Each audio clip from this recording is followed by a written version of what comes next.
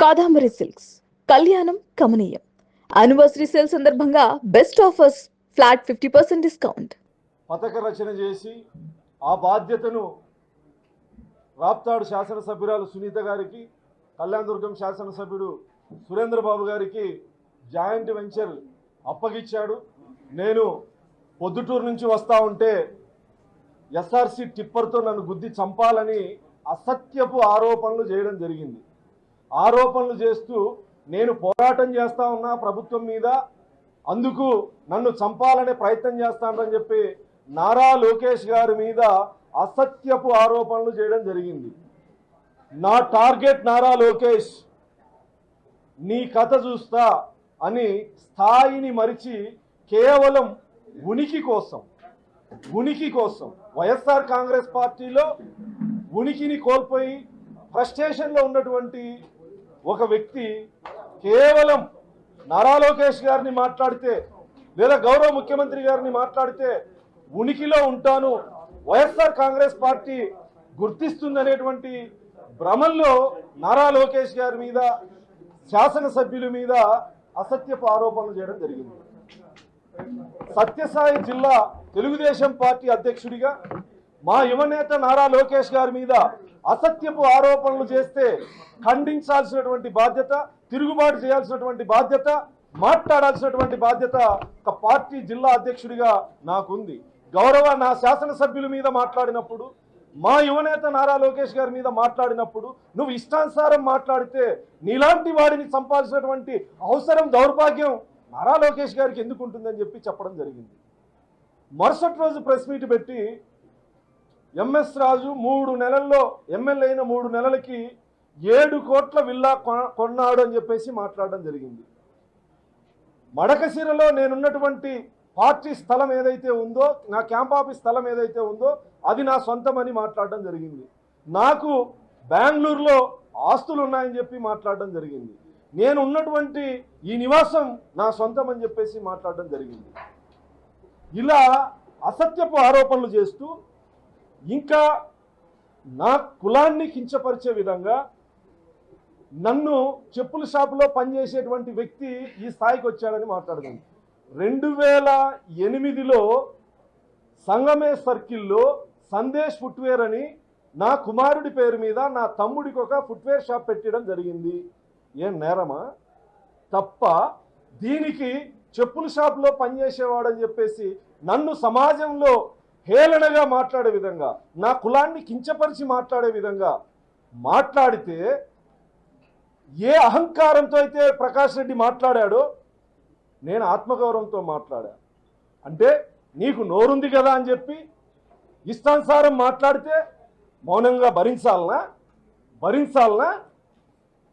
Yes, నేను నా చెప్పుల షాపులో పనిచేసేటప్పుడు వాళ్ళ తండ్రి గారు అయినటువంటి ఆత్మారామిరెడ్డి గారు కస్టమర్లు కొత్త చెప్పుల కోసం పాత చెప్పులు వదిలితే ఆ పాత చెప్పులు దొంగలించేటువంటి మనస్తత్వం, చరిత్ర కలిగింది తోపుదుర్తి ఫ్యామిలీకి. ఇది వాస్తవం.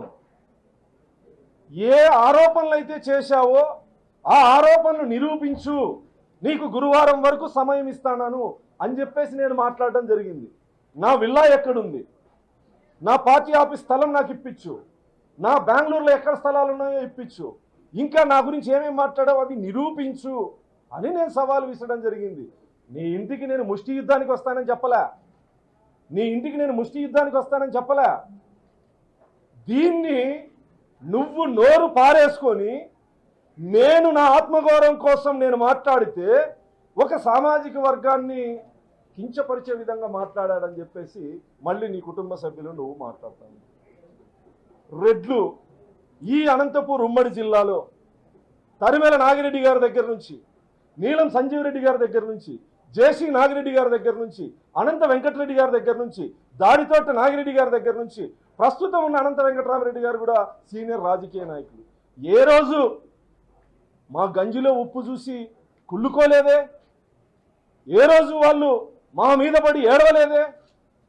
జిల్లా అభివృద్ధి మీద వాళ్ళు ఇప్పటికీ వాళ్ళ ముద్ర ఉంది. మా పల్లె రఘునాథ్ రెడ్డి గారు, ఎంతోమంది రెడ్లు రాజకీయాల్లో హుందాతనంగా ఉన్నారు. నీలాగా చిల్లర రాజకీయాలు ఉనికి కోసం అసత్యాలు అబద్ధాలు ఏ రెడ్డి శాసనసభ్యులు మాట్లాడలేదే.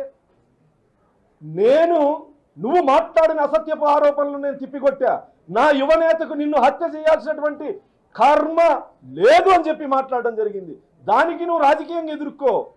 నా కులాన్ని హేళన చేస్తావు, నాకు ఆస్తులు ఉన్నాయంటావు, నా పరువుకు భంగం కలిగే విధంగా మాట్లాడతావు, హేళనగా మాట్లాడతావు. నేను భూస్వామిని, నాకు ఆస్తులు ఉంటాయి అని మాట్లాడే నీ అగ్రకుల దురహంకారం ముందు నేను ఆత్మగౌరవ పోరాటం చేస్తే నీ కులం నీకు అండగా రావాలనా? రెడ్లు ఏకం కావాలని పిలుపునిస్తావా? రెడ్డి సామాజిక వర్గం గురించి నేను మాట్లాడలేదే, మాట్లాడను కూడా. నా ఎదుగుదలలో నాకు రెడ్డి మిత్రులు ఉన్నారు, నా ఎన్నికల్లో నాకు సపోర్ట్ చేసిన రెడ్డి మిత్రులు ఉన్నారు, ఇప్పటికీ రెడ్డి మిత్రులు ఉన్నారు. ఈరోజు నీ మీద నువ్వు చేసిన దుర్మార్గాలు కూడా నా రెడ్డి మిత్రులే పంపించారు. నేను రెడ్డి సామాజిక వర్గానికి ఎందుకు వ్యతిరేకం? నీ వైసీపీ కార్యకర్తలకి నేను సవాల్ విసరలేదే, నీ కుటుంబ సభ్యులకి నేను సవాల్ విసరలేదే. నువ్వు అసత్యపు ఆరోపణలు చేశావు, నువ్వు అబద్ధాలు మాట్లాడావు, నన్ను సమాజంలో నా పరువుకి ఆత్మగౌరవానికి భంగం కలిగే విధంగా మాట్లాడింది నువ్వు. నేను రౌడీజం చేసేకి రాలేదే. సమాధానం చెప్పమని చెప్పా. నీకు చేతనైతే సమాధానం చెప్పు. అప్పుల పాలైనటువంటి రెడ్ల సంఖ్య ఎంత? ఎంతమందికి బ్రెయిన్ స్ట్రోక్ వచ్చింది నీ ప్రభుత్వంలో నిన్ను నమ్మి పనిచేస్తే? ఎంతమందికి హార్ట్ స్ట్రోక్ వచ్చింది రెడ్లకి? కేవలం రెడ్డి సామాజిక వర్గానికే. పెరాలసిస్ ఎంతమందికి అటాక్ అయింది? నీకోసం ఆస్తులు పోగొట్టుకొని అప్పులు చేసి అప్పుల పాలై కుటుంబంలో మానసిక సంఘర్షణ అనుభవిస్తున్నటువంటి రెడ్ల సంఖ్య ఎంత? పరామర్శించావా ఏ రోజన్నా?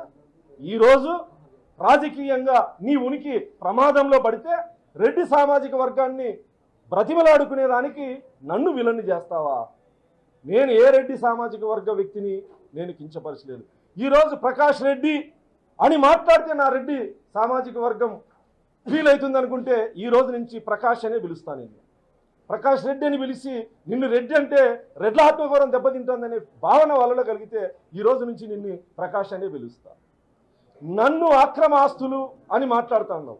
రా నా నియోజకవర్గంలోకి రా, నా పరిపాలన మీద విచారించు. ఎక్కడైనా నీ నియోజకవర్గంలో నీ 5 ఏళ్ల పరిపాలనలో నువ్వు చేసినటువంటి దందాలు, అక్రమాలు, బెదిరింపులు, భూ కబ్జాలు నేను చేశానేమో అడుగు వచ్చి ఒకసారి. నేను చేశానేమో వచ్చి అడుగు ఒకసారి. అక్రమ ఆస్తులు అని పెద్ద పెద్ద మాటలు మాట్లాడే ప్రకాష్ రెడ్డి గారు మాట్లాడేకి నైతిక హక్కు ఉందా నీకు? 2019కి ముందు ఇల్లు అమ్ముకొని పోటీ చేస్తానని చెప్పి మొసలి కన్నీరు గార్చి రాప్తాడు నియోజకవర్గంలో ఉన్నటువంటి పేద రెడ్డి దగ్గర నుంచి ధనిక రెడ్డి వరకు నీకు ఆర్థికంగా సపోర్ట్ చేశావు. ఏం చేసినావు గెలిచిన తర్వాత నువ్వు? ఈ పేపరు మీరు బాగా గమనించండి. ఒకవేళ ఇది ఈనాడు, ఇది సాక్షి, ఇదేది ఆంధ్రజ్యోతి ఈనాడు కాదు, ఇది సాక్షి. ఎవరున్నారు దీంట్లో? ఎవరున్నారు ఇక్కడ? ఈ చక్రపాణి అనే అతను. ఇక్కడ నిందితుడు రాజశేఖర్ రెడ్డి. విజయవాడలో గాంధీ బజార్లో కోట్ల రూపాయలు చేసే స్థలం కోసం నలుగురు కలిసి ఈ చక్రపాణిని హత్య చేసినారు. హత్య చేసి జైలుకు వెళ్ళినటువంటి నిందితుడు నీ సోదరుడు రాజశేఖర్ రెడ్డి. వచ్చిన ఈ ముగ్గురు హత్య చేసిన భాగస్వాముల్లో మళ్ళీ ఒకరిని చంపినారు. ఒకరిని చంపి ఈరోజు నువ్వు ఇక్కడ ఇంటి బాడిగా కట్టలేదు అని చెప్పి నేను మాట్లాడుతూ ఉంటే